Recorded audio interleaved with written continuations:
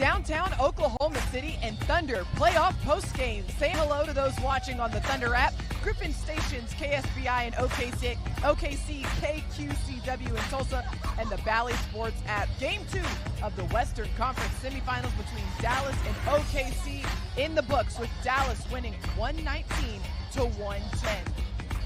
Series all tied up now between the Thunder and the Mavs. Hello, everybody. I'm Paris Lawson, sitting next to the Thunder's very own Royce Young. And Royce, this is something that Coach Daigneault has talked a lot about. Losses are bound to happen. It's just about how you respond to them. The Thunder encountering their first loss of this postseason tonight. What did you take away from this one? Yeah, I mean, look, it was going to happen. I mean, it's one of those things where Thunder got off to an amazing start in this postseason with the sweep against the Pelicans, and then obviously played an excellent game 1. But it is almost impossible to go through an NBA postseason without losing at some point. And really, kind of as you look at this game, Paris, there was a number of pockets within it where Dallas was able to kind of gain control in the game there in the second quarter. The Thunder did a great job in a lot of different cases coming back.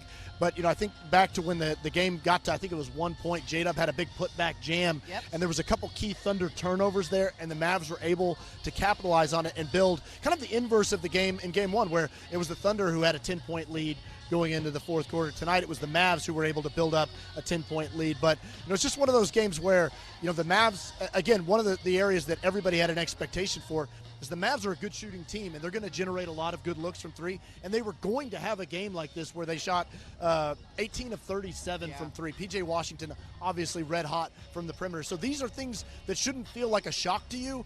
The fact that the Thunder lose the game, obviously that's disappointing, but again, this was bound to happen in this postseason. And this is something that we see a lot from the Thunder, where another team is going to get out to a strong start, like we saw from Dallas in this game. They had 8 threes in that first quarter alone, so you could tell they were really feeling it. They had the juice tonight. But the Thunder didn't let this game really get out of hand at any point. They fell behind by double digits, 13 maybe at the most, but they were able to keep this game close, and then they were able to even take a 3-point lead there in that third quarter. But the ability to keep the game close, even despite not having your fastball offensively, while Dallas was certainly throwing their fast pitch. Yeah, I think, one thing that is kind of a positive takeaway for me is there was a lot of talk about kind of the expectation that Dallas would come out and really try to throw a haymaker here in response. And the Thunder, I thought, were well prepared for that, because I thought the Thunder met their physicality, met their energy and intensity, and did a great job of answering different runs. I mean, just look at the game that was played earlier tonight before the Thunder played, where Boston on their home court got blown out by Cleveland, and they were not able to answer that kind of intensity punch. And look, that happens a lot in series that are going to go a little bit longer, is that you see that road team really try to muster up something in that game too. But I actually thought the Thunder did a great job of really absorbing that and really meeting the Mavs throughout the game and having a chance as this game extended into the fourth quarter. That's something Coach Daigneault talks a lot about, having that competitive empathy, recognizing that Dallas came into this game down 0-1 in this series, so you have to expect a highly motivated group that's going to come out and throw their best punch. That's what the Thunder got here tonight. They met that with the physicality and the energy that you're talking about. Just a couple of key plays and key shots from Dallas down the stretch to really kind of put the cap on this And one. again, we talk a lot about, and this is something Coach Mark talks about, is how you learn through your experiences. And we've heard a phrase Coach Mark says a lot, which is sometimes you need to taste your own blood. And this feels like one of those games where the Thunder maybe needed to taste their own blood. And, and there could be a lot of positives coming out of, a young team going through an experience like this. We've talked about the 0-0 mindset a lot, and it's been a really positive thing to have to do it after wins, but it also applies after losses in a lot of different ways too, of where you got to reset yourself mentally and not carry the weight of a game prior into what's next. So, for this Thunder team, they're a young group. They're experiencing something now again for the first time, which is a playoff loss, and now that's an experience that they're going to learn from and grow from and prepare for Game 3 with. Let's talk about a couple of individual players. For the Dallas side, it was Luka Doncic, it was P.J. Washington carrying the majority of the scoring load, both of those guys with 29 points in this game. On the Thunder side of the basketball, Shai Gilgeous-Alexander leading the way with a near triple-double. He had 33 points, 12 rebounds, and 8 assists. What did you see from him throughout this game tonight? I thought Shai was awesome throughout this one, and he really set a positive tone early, had it going in a number of different ways. And again, just the floor game of Shai, I think, is so impressive. We saw it in game one, 29, 9, and 9. And that one, like you mentioned, 33, 12, and 8.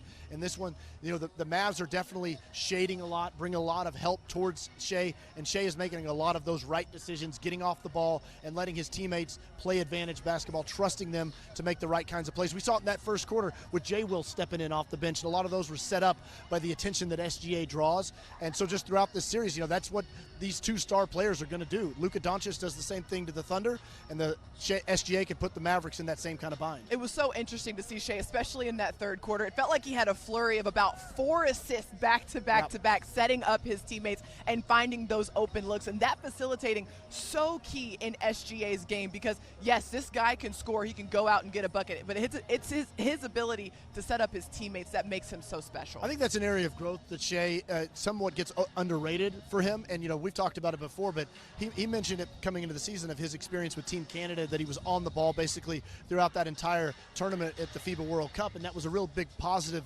learning experience for him of just playing more traditional point guard for Team Canada, and that has been something I think that he's been able to really find that balance with. And it's one of the remarkable things about SGA, to be a 30-point scorer in this league and never suffocate the offense. Because even tonight, with all the attention Dallas has on him, it feels like everybody is involved in the offense at all times, just the cutting, the spacing, the ball moving. Shai finds that balance so incredibly well. It's one of his elite skills in the NBA. And just continues to show up every single night in a multitude of ways. One thing we hear so often from Coach Daigneault is that every game takes on a life of its own, even if you're playing the same opponent like the Thunder is doing in this series with the Dallas Mavericks. Royce, I want to get your opinion, what you saw different from the Dallas Mavericks coming into this game. You mentioned the energy, the punch. What were you seeing out there on the Dallas side that kind of gave them a little bit of an edge tonight? This is an oversimplification of it big time, but the ball went in the basket a lot more for them. Fair. They had some good looks in game one, whether it was Josh Green or Derrick Jones Jr., PJ Washington. They had some open corner threes, and the Mavericks generate corner threes as well as anybody in the league, just again based on the attention that Luka draws and then his ability to spray to the corners. The Thunder are a team that just based on defensive scheme sometimes gives up a lot of corner threes, but the Mavs, they just made a lot of them tonight, and that's a big bonus for them in this one. Yeah, that'll certainly make an impact and something that the Thunder certainly going to go back to the drawing board and analyze for Game 3. All right, we're going to send you over to the podium now. Thunder head coach Mark Daigneault addressing the media. The looks that you guys got from three and the ones that they got. We'll look at the looks. I thought, credit them. They shot the ball really well, especially coming out of the gates. But we were able to stabilize the game. We weathered a pretty good storm there in the first half, got it in striking distance, took a lead in the third. So we gave ourselves a chance, even after the hot shooting. And I just didn't think we executed well enough, either end, to really grab a grip on the game. Credit them. They came in and played really well. On those threes, the Mavs got a lot of attention paid to Kyrie and Luka. Are you okay with the looks they got, or do you feel like you guys could have got out to them a little bit more? It's a lot of threes. Okay with some of them. Some of it's just like game plan, cost. You have to give something up. And then some of them I thought were just like looseness. I thought we didn't do a great job of getting set tonight, and a lot of them came, on a loose floor or in transition. They obviously rebounded the ball well, like we did last game. So it's a mishmash of things. There's some that we just have to tip our hat. There's others that are controllable that we have to correct, obviously. And then what did you think about you guys' pace tonight? I'm sorry? Pace. I thought at times good. We were taking the ball out of the net more tonight than we have in a while, which slows you down. But I thought, we tried to go at times. Our decision-making wasn't as sharp as it's been. I didn't think we had great attacks tonight offensively. I just didn't think we were as sharp on either end of the floor as we've been in a long time. So got to learn from it, figure out, how we can improve and be a better team in Game 3. You gave like a back cut dunk with like 2.9 on the shot clock, and a couple walk-in threes. I can remember. What are maybe the specific possessions that you think back on, like those are the errors that you usually don't make? Yeah, there were a good amount of them tonight. Credit them. It's a heavyweight fight, and we threw a punch the other night. They threw a punch tonight. Part of fighting, is throwing them, and part of fighting is taking them. We took one tonight, but so not to take anything away from them. But I just thought from an execution standpoint, there was just too much unearned. The one you mentioned, certainly, but it was a lot of plays on both ends. I thought there were some offensive plays where they got runouts, just on lack of execution or a decision we made. So something we can learn from. I mean, we've been a team that's grown through everything. We've grown through a lot of success this year. We have to grow through, like I said, taking a punch tonight. You went with Wiggins over Giddey in the second half. What went into that decision, and what hasn't worked, would you say, in Giddey's minutes? Say that one more time. What hasn't worked in the Giddey lineup so far? I wouldn't say it didn't work. I would just say, it's a halftime subs is something we've done for a long time. It's basically an in-game substitution. So I don't view it as any different than checking somebody into the game with 8 minutes to go in the third quarter or something. So we're going to keep it fluid. We went big right away early tonight. I thought that looked pretty good. We're going to be a moving target there, do what we think is best every night. Every game's different. We're going to keep doing it. Luka's obviously going to get points. He's that kind of scorer. But what did you maybe need to do better against him tonight? Had 7 assists too. I think double-digit rebounds. Are those the type of things you have to hit and live with the points, or what did you feel like your defense did with him tonight? Again, every possession's different. I thought to start the game there was kind of like a correction on his part. Not that he corrected it, but I mean, last game he didn't shoot the ball very well. There were some looks that he got last game that he's probably used to making. He made more of them early in the game tonight. I didn't think, it was necessarily, what we gave to him. I thought it was some of the rotations out of it. Some of the help wasn't quite as early as it was last game. It was more of those things where they got the easy stuff. But, I mean, he's going to earn it. Irving's going to earn it. Those guys are great players. Mark, just to start the fourth quarter, I mean, Shai was in for all of maybe 35 seconds. You put Dort and Kaysen in together, which I don't know how many times we've done that to start the fourth this season. Just what went into that decision just to start the quarter? The Shai one is just we had possession, just trying to utilize him for one offensive possession there with a deficit and then sub him right out. Kaysen and Dort, they played Doncic. They got him a blow in the third, so Dort had fouls. We got Dort off with him and wanted to make sure that for the rest of the game we matched his minutes. Kaysen, I thought, was playing pretty well at that point. And you guys have responded in situations like that in fourth quarters all season. You've seemingly always had that next gear. Just what did you see in the fourth that maybe limited that final gear? We've got a really good opponent that played really well tonight. So, we tried to scrap back into it. I thought our effort was really good tonight. I thought we tried to gear it up a couple different times. I thought we left something to be desired was execution. And that's part of these things. I mean, these are emotional games. It's hard to sustain that for the period of time that we have leading into this game. Now we just got to get, the car back on the road and be a little bit better on both ends.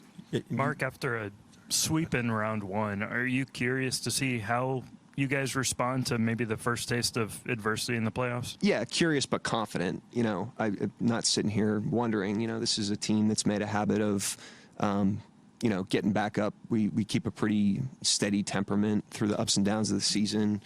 And this is just part of the deal. I mean, this is the playoffs, playing against really good teams. These are deep waters. And so, like I said, you're going to throw some punches, you're going to take some punches, and now we got to eat one, get back to 0 tomorrow and be a better team in game 3. You mentioned execution. You mean, can you just clarify on that missing shots or just really just clarify what you mean by that? Definitely not missing shots. It's more, what's generating the shots, how quality the shots are. Is there something that we could have done better from a process standpoint? And then same thing defensively. If, they make a tough play, you tip your hat to them. But you just got to bet over the course of a 100-possession game that if you do it well on both ends of the floor, it'll yield a win. I didn't think we played like that tonight. And to credit them, they did. They played really well. That was part of it, too. Mark, just to the points that Joe made in his question, because you guys haven't lost in over a month, what does that look like preparing these guys for the emotional gaps now between these days? We've lost a game before. This isn't uncharted waters. We just haven't lost lately with long layoffs and the sweep in the first round. So the team pulls together. The thing I respect about our guys is they pull together in adversity, and we've pulled together in success, which is hard to do too. So everything we do as a team. We'll learn from this one as a team, and we'll walk out there as a team on Saturday. Mark, you mentioned Luka and some of the shots he missed in game 1 he happened to make in this game. How do you sort of parse between the law of averages bouncing back versus sort of shot attempts you guys want to limit that you weren't able to tonight? Yeah, that's the challenge. I thought there was a law of averages thing tonight with him. He made some shots early, especially.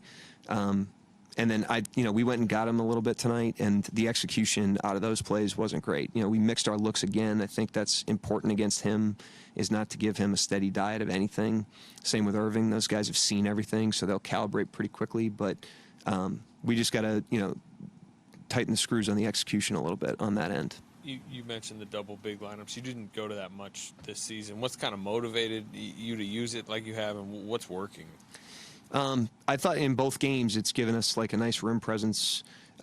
It's given us a nice rebounding presence, and I think with the way that they defend us, it doesn't really alter us much offensively. We're able to stay in character. Obviously, Jay Will shot it well early tonight. I think that makes them think twice about some coverages, and so it's just another option. And like I said, early in a series, every possession feels like it has a lot of gravity to it, but early in a series, you want to create optionality. You want to figure out what you have. You want to figure out what the best thing is, and we've tried to do that here through 2 games.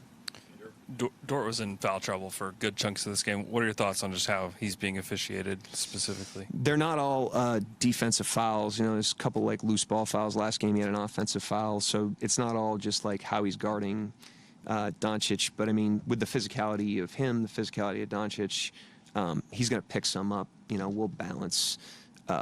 When to use them and when to roll the dice and when to get them out. I think Kaysen's done a nice job spotting those minutes in both of the games, so we have confidence in him and the other guys. So I think he's been officiating. I thought the officiating crew tonight again was pretty steady. Anyone else? Thank you, Coach. All right, thank you. Yep. Coach Daigneault with some great perspective there following tonight's loss to the Dallas Mavericks in Game 2 of these Western Conference semifinals. And I thought he brought up a really good point, Royce, a kind of a really good line from Coach. He was asked about how his team was going to respond, if he was curious to see how his team would respond to their first playoff loss. And he said, I'm curious, but I'm confident. What is it about this group that gives Coach Daigneault that much confidence? I put that same line in my mental notebook as well, because I thought that one stood out. If I was writing a game story, that would be one of my lead quotes, I think, in this one, because that is something that I think a lot of people are curious about with this young Thunder team. Again, this is a first-time experience for them. Just a little over a week ago, it was their first-time experience of winning a playoff game, then winning a playoff series, and now being in round 2. So there's a lot of firsts for this young group, and now this is a loss situation. But, like Coach Daigneault was talking about, one of the things about this group is we've seen it all throughout this season, how they've even in-game answered the bell when they get behind. They were one of the best teams in the NBA at coming back from double digits. They only lost 3 games in a row once this season. Just that uncommon ability to get to 0 and to reset yourself mentally and be ready for the next game is something that they have. Yeah, they might be a young team, but they are certainly a mature team, and they have shown that time and time again. One guy who's leading the charge on that maturity, it's Shai Gilgeous-Alexander, who is at the podium right now. Came out on top, but we just got to be better from the jump. You guys have gone through so many of these situations for the first time as a group all season long. Is there almost a level of maybe embracing or excitement to attack a challenge like this that you haven't faced in the postseason yet, having to respond to a loss? Yeah. No matter what's thrown at us, we compete, we give it our all, we do it together, and we see where it gets us. And that's what we've done all year, and that's what we're going to continue to do. I know you're not on Luka primarily, but from your point of view, what you're seeing, obviously he didn't look like this in Game 1 and a lot of round 1. What did you see different from him compared to Tuesday tonight? I think he just it feels like he played the same game, his game. He just made it feel like tonight he made shots. They might have had us a little bit more spread out, in our shell. We got to crowd their best players, obviously. That's what everyone tries to do. But yeah, he just made tough shots tonight, I think. And since the beginning of the season, I think back to the Cleveland game where you guys were down 10 with 2 minutes to go. You've been in situations like this where you could, hit that final gear and kind of have that response. Just what did you feel like it was in tonight's fourth quarter that maybe limited that final swing? I think a lack of execution and focus. Certainly on my part, had a few plays that I could have prevented if I had focused better. But yeah, especially when you're down that much with that little time, the margin of error is slim, and you got to be pretty much perfect for the rest of the game, and we weren't. Shai, following up on Gallo's second question, you guys didn't face really any adversity in the first round, getting that sweep. Now going back to Dallas with the series tied, are you sort of curious to see how you guys are going to respond to that? I don't know. I haven't thought about it. I'm excited for the challenge. Yeah, I don't think for us it's more complicated than trying to be better than we were tonight for next game. And like we've done all season, just solve all of our problems with the whole team.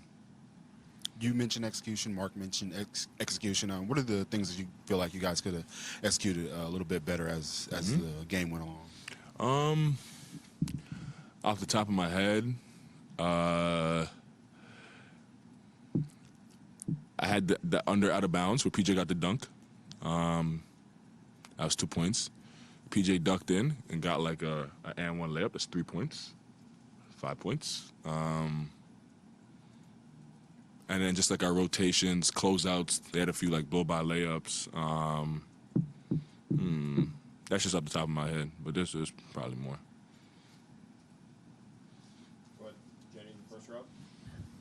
Shai, with the points that Luka got tonight, 29 is not out of the realm of possible for him, but he gets 7 assists, 11 boards. I mean, are those the type of things that if he's going to score points, you have to limit the other stuff? Or how did you guys feel like you can balance out the fact that he's probably going to have some nights where he's going to score like that? Yeah, obviously a really talented player. He had a big night, and it was below his average, believe it or not. He's a really talented basketball player. Yeah, I think it's more like just making him work for everything and making things tough. He's seen every coverage, every defense. It's just about making him work, and hopefully that wears on him. Did you get any explanation on the technical foul you received? Yeah, he said that Scott said that it seemed like I was playing through the no call and extended my arm. I told him I didn't try to, but hey, it is what it is. But it was the elbow, wasn't any conversations with him? Yeah. Okay. It was elbow, yeah. A couple times tonight. That alternating thing with you, because he goes in the post sometimes. He also knocked down some threes tonight. Say again, sorry? What was your question? Being matched up with PJ tonight. Did that alter anything with you being matched up with him on the defensive end? Did that alter? Yeah, with you being matched up against him. Not really. He played well tonight, made some shots. I think like the other team's really good, and they're here for a reason. And we're gonna have nights like this where they're hot and they make shots, and we got to be even better when they do so to try to get a W. And we just weren't good enough tonight for that. Anyone else? Great stuff there from Shai Gilgeous-Alexander, the Thunder's very own superstar. And we've got another superstar sitting down with us right now, News 9 very own Dean Blevins, an Oklahoma legend. Dean, thanks so much for joining us here post-game. Obviously, the Thunder walk away a little bit short here tonight, but a lot of fight from this young group. What did you see from them in this matchup tonight? Well, we saw Mark Daigneault just call it like it ended up being. He said in the pregame press conference that he expected Dallas to come out with more force, be more physical, and play faster, and they did all of that.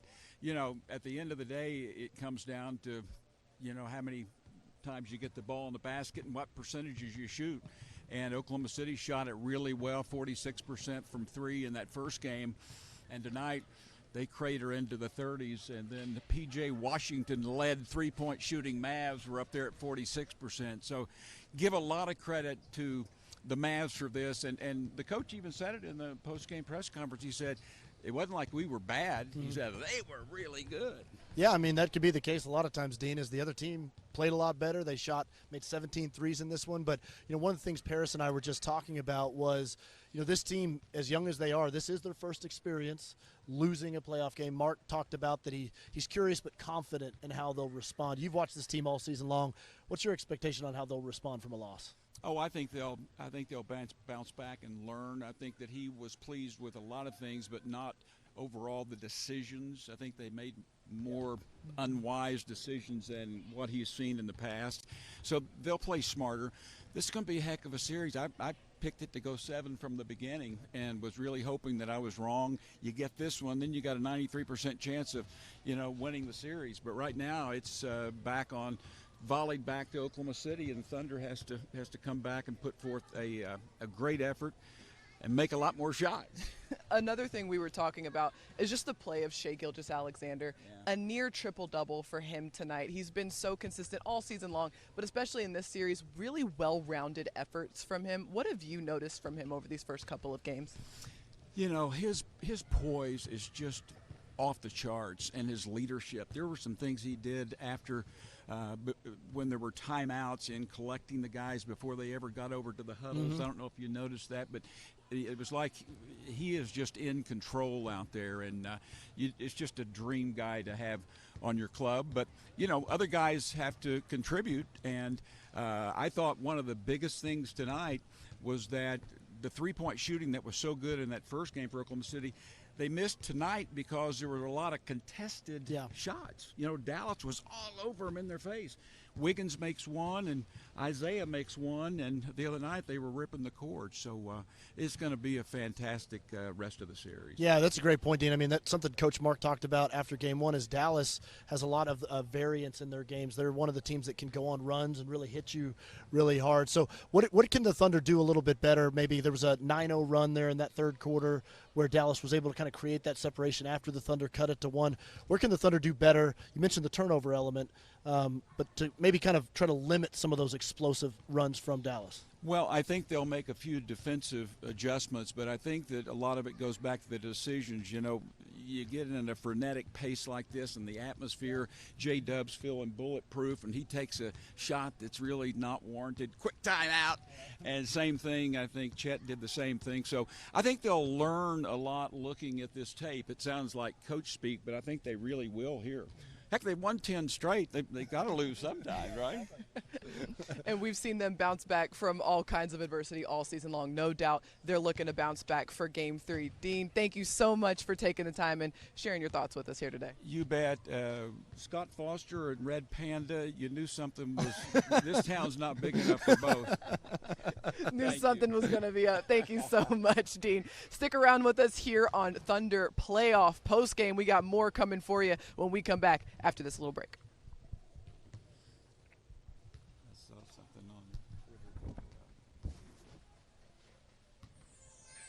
Education as a whole, it's not just subject to what's in the building, in the brick and mortar building. It's everybody in the community fighting for our students, fighting for our teachers, and fighting for our profession.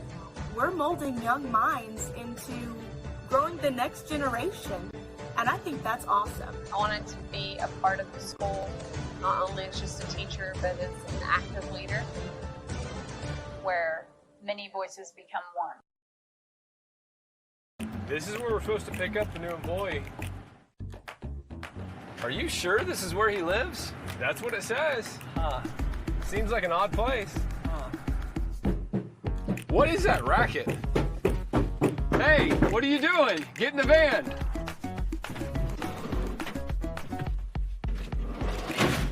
Did you shower today, Rumble?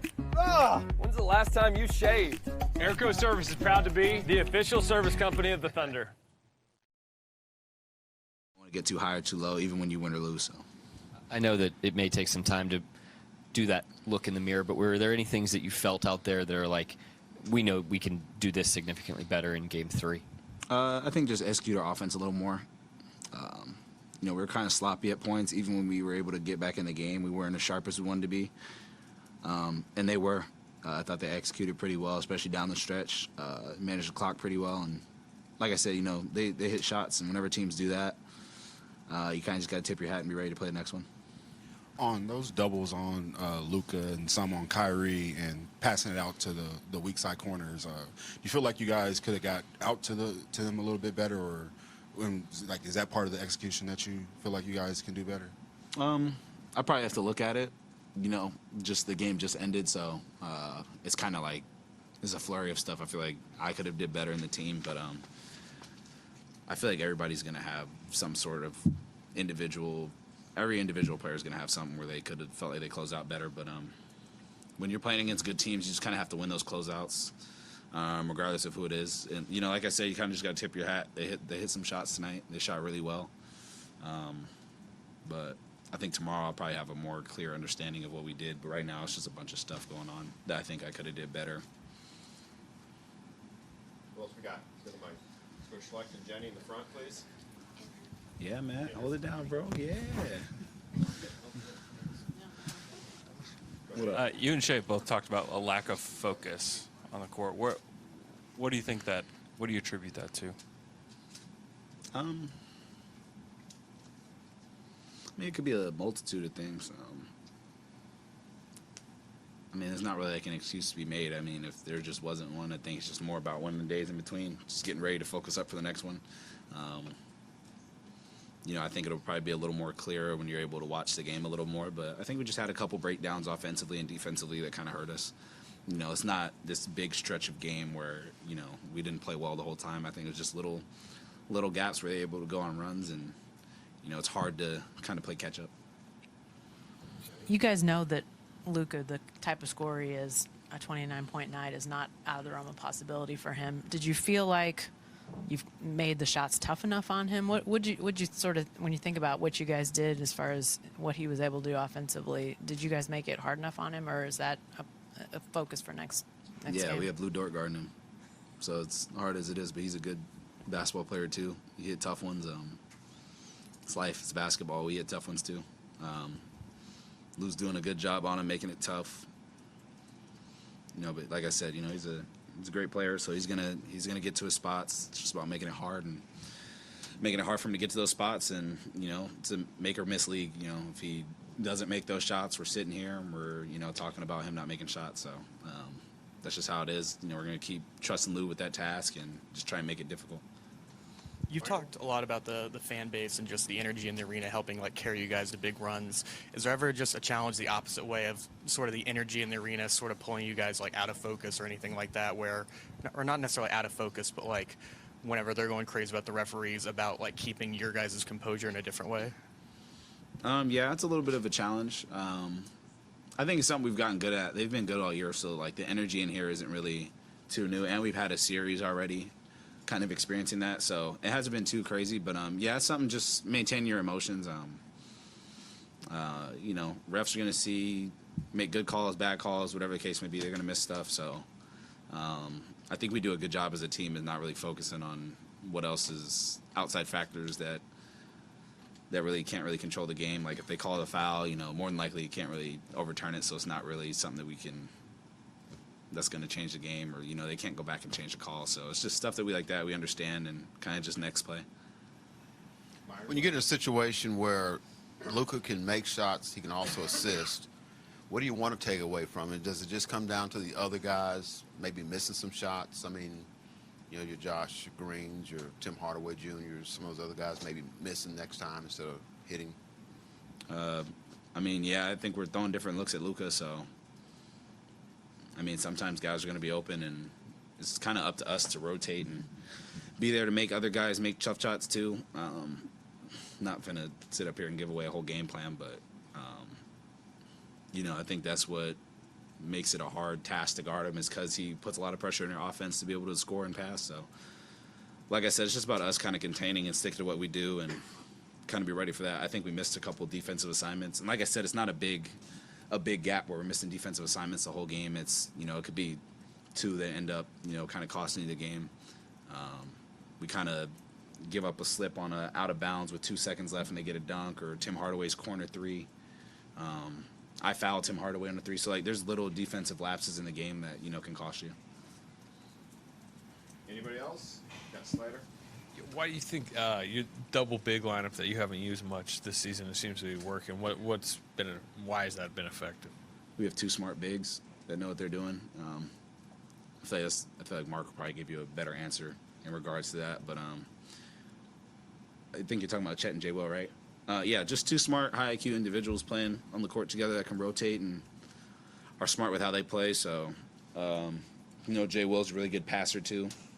So having him out there kind of point forwarding a little bit, as he'd say, allows us to kind of move without the ball and play off him. You know, I made a really good pass to Wiggs down the stretch. Obviously, the touchdown pass to Chet. So they play good off each other. Anybody else? Thanks, Doug. Listening to Jaylen Williams there post-game following tonight's game against the Dallas Mavericks, and it always strikes me just the poise, composure, and great perspective from these young guys. Jaylen Williams talking about the fact that you can't get too high with the wins and too low with the losses. You got to stay pretty even-keeled here, and a guy that is only in his first ever playoffs having that level of maturity is just so impressive. I thought the same thing, Paris, because it's funny. It's like, playoff games, really just any game, but playoff games especially are very emotional. And those are the guys playing it. Exactly. They're the ones in the game. And so, they're experiencing the emotions. And to be able to, that's why they're just different than we are. But, for them to be able to have that kind of perspective and kind of wind down and be able to zoom out. And, that's, I think, also just kind of the mental training that they've undergone over the last few years to be able to not get too high, not get too low. Of course, they're as competitive as anybody. I don't think anybody would ever doubt that about this young Thunder team. But, that is kind of part of what has made this group so successful throughout the season, throughout last season, throughout this season, is that they are able to really kind of mentally reset themselves and focus on the things that are important. J-Dub taking responsibility for a few things, that he could have done better. Fouling a three-point shooter, being a little bit sharper in a few different areas. Those are things that he's focused on, less so the emotional aspects of the game. And what's kind of encouraging about this is that it wasn't an effort thing. It wasn't an energy thing. The Thunder matched all of that. It wasn't even physicality. It's just a couple of stretches where the execution just got a little bit loose. And that's to be understood. That's what happens in the playoffs. It's really hard to sustain a high level of execution for 48 minutes straight, much less for 2 consecutive games. So that's something that is pretty easily fixable by the Thunder, going back and looking at the drawing board a little bit. It's one of those things I feel like when people watch some of these games, it's like sometimes you forget because you're leaning on one side of it that the other team really wants to win too. Exactly. The other team is really, really trying to win, and they're spending all their off time in the day between games of game planning and scheming and trying to adjust and be ready to play this game. And so it's one of those things, the other team is mad and they have that kind of extra emotion and coming into a game. And the Mavericks understood what was on the line in this one. You talked just about the execution elements of the game. I thought it was interesting. It felt like the Thunder were sloppy kind of at times in this one. Still only 10 turnovers, which is an incredibly low number. I will say the Mavs, though, only turned it over 9 times. They had a lot better ball security in this one. Game 1, they turned it over 15 or 16 times. So that was one area of difference where Thunder typically are winning that battle and using defense to offense as they have all season long. It just goes to show, especially in playoff games, how important margins are and how a quick little stretch of a 5-0 flurry can really make the difference between winning a game and losing the game. And Dallas just had a couple more of those flurries throughout the game, especially in the second half. No question. I mean, each possession feels like it has such a weight to it. Everything gets amplified up throughout a postseason game. So, it is one of those things where, you try not to even react to those sorts of things in game. But, the Mavericks made shots. They made plays throughout the game. Thunder did a good job of answering it throughout. J-Dub talked about it right there, though. There was a couple pockets of runs where the Mavs were able to kind of build a lead, and then they just kind of hung on to that lead throughout the fourth quarter. Yeah, something that the Thunder's definitely going to look to improve going into Game 3. And you're going to want to stick with us here on Thunder Playoff Postgame, because when we come back, we're breaking down everything you need to know heading into Game 3. Stick with us. We'll be right back.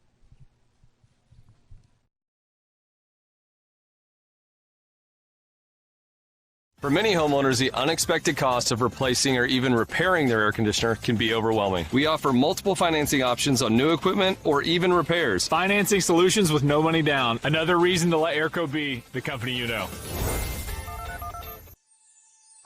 Education as a whole, it's not just subject to what's in the building and the brick and mortar building. It's everybody in the community. Fighting for our students, fighting for our teachers, and fighting for our profession. We're molding young minds into growing the next generation, and I think that's awesome. I wanted to be a part of the school, not only as just a teacher, but as an active leader, where many voices become one. When the power goes out in your neighborhood, don't get left in the dark thanks to a home generator. And a new whole home generator can be installed at your home for as little as $150 a month. Let Airco prepare your home for the next power outage. Welcome back to Thunder Playoff Postgame. The Thunder, now their challenge is going to Dallas, taking on the Mavericks on their home floor, enemy territory, and it's all about getting back to 0-0. That is a phrase that we have heard all season long, really for the past few seasons, ever since Coach Daigneault has been at the helm for OKC. Royce, what are you anticipating as this team goes to Dallas? Well, I think one of the things that, I've been through a lot of playoff series, and, a buzzword that becomes very popular among people in between games is adjustments. Like, what are adjustments going to happen? And Coach Mark has talked about this, is that some of those adjustments are a lot smaller than you think they are, and a lot of times the adjustments just are kind of simple things. At the end of the day, it's a basketball game, and the Thunder got to come out, they got to play with force, they got to play with intensity, be a little sharper in some of the areas that I think that they're going to clean up and film and look at, and try to figure out where they can execute a little bit better offensively. They feel like they maybe missed some of those opportunities. And then at the end of the day, you just got to play ball again. And so, you can't overreact too much and think, oh, boy, we got to just, throw everything out and make a big adjustment because we lost our first playoff game here. That's not the method to it typically in a postseason series. Always so even-keeled, this Thunder team and coaching staff, and they're going to keep that even-keeled mentality heading into Game 3. All right, let's take a look at the remaining schedule for this playoff series. Game 3 at Dallas, like we just mentioned, that's going to be an early tip-off at 2:30 p.m. Central Time on ABC. Game 4 at Dallas, that's going to be at 8:30, another late tip-off. Game 5, it says TBD there, but that is back here inside of Paycom Center. That game is going to be at 8:30 p.m. Central Time, and it'll also be on TNT. So a lot of still great action coming your way between these two teams. That already a lot of entertainment value between these two teams so far. Even inside of Paycom Center, the energy has just continued to rise and grow with each game inside of this building. And you can only anticipate that Dallas might try to match that energy with their home crowd out in Dallas. Yeah, I think the Thunder fans have kind of set the standard, and everybody's kind of trying to catch up to it a little bit. Everybody, the reputation is well earned from Loud City, so a lot of people are definitely trying to kind of match that intensity. But, look, a Game 5 is guaranteed back in this building. That's right. Paris, the Thunder didn't get that in the first series, so no long layoff this time. Fans aren't going to have to go a long period of time. So let's take that as a positive here, is that Thunder fans will get to see their team a little quicker this time around. Already looking forward to Game 3 in Dallas. Once again, our final score, 119-110 for Royce Young. I'm Paris Lawson. Our next postgame show comes your way Saturday after Game 3 of this best-of-7 Western Conference semifinals between the Thunder and the Mavericks from American Airlines Center